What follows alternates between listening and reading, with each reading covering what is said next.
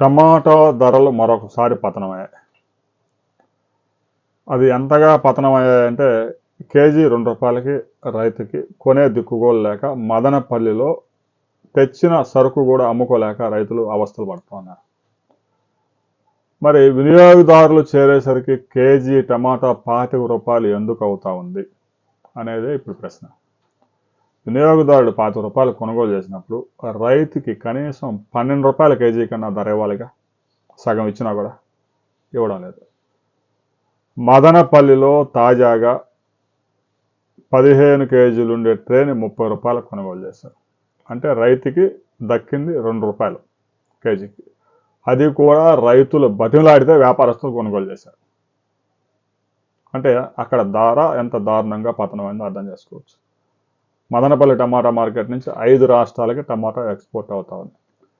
సరే, మదనపల్లిలో ₹2 ఉన్నాయి కదని చెప్పేసి గుంటూరులో ₹2 ఇవ్వమంటుంది. ఎందుకంటే లోడింగ్ ఛార్జీలు ఉంటాయి, ట్రాన్స్పోర్ట్ ఖర్చులు ఉంటాయి, వేస్టేజ్ ఉంటుంది. ఇవన్నీ వేసుకున్నా కూడా గుంటూరులోనో, హైదరాబాద్లోనో, విజయవాడలోనో, బెంగళూరులోనో కేజీ టమాటా ₹15 వినియోగదారులకు రావాలిగా.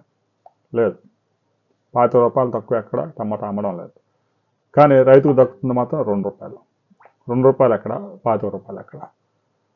రైతు బజారుల్లో కూడా టమాటా ₹2 పడిపోయినప్పుడు కూడా రైతు బజారుల్లో కూడా కేజీ ₹20 తగ్గించలేదు.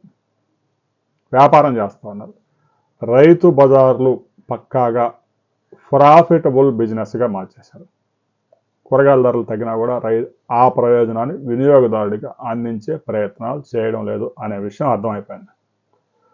టమాటా ధర ₹2 పతనమైనప్పుడు రైతు బజార్లో ₹15 అమ్మితే వచ్చి నష్టమే ఉంది. రైతు కనీసం కేజీకి ₹10 ధరన ఇవ్వడానికి సాధ్యం అవుతుంది. అలా చేయడం లేదు. రైతు దగ్గర ₹2 కొనుగోలు చేస్తూ ఉన్నారు. రైతు బజార్కి వచ్చేసరికి ₹25 అమ్ముతూ ఉన్నారు. మీ ప్రాంతంలో మీరు కేజీ టమాటా ఏ ధర కొనుగోలు చేస్తూ ఉన్నారు అనే విషయాన్ని వినియోగదారులు కామెంట్ చేయండి. మీరు కనుక టమాటా రైతులైతే మీరు టమాటాని కేజీ ఏ ధరకు అమ్మారు అనే విషయాన్ని కూడా కామెంట్ చేయండి.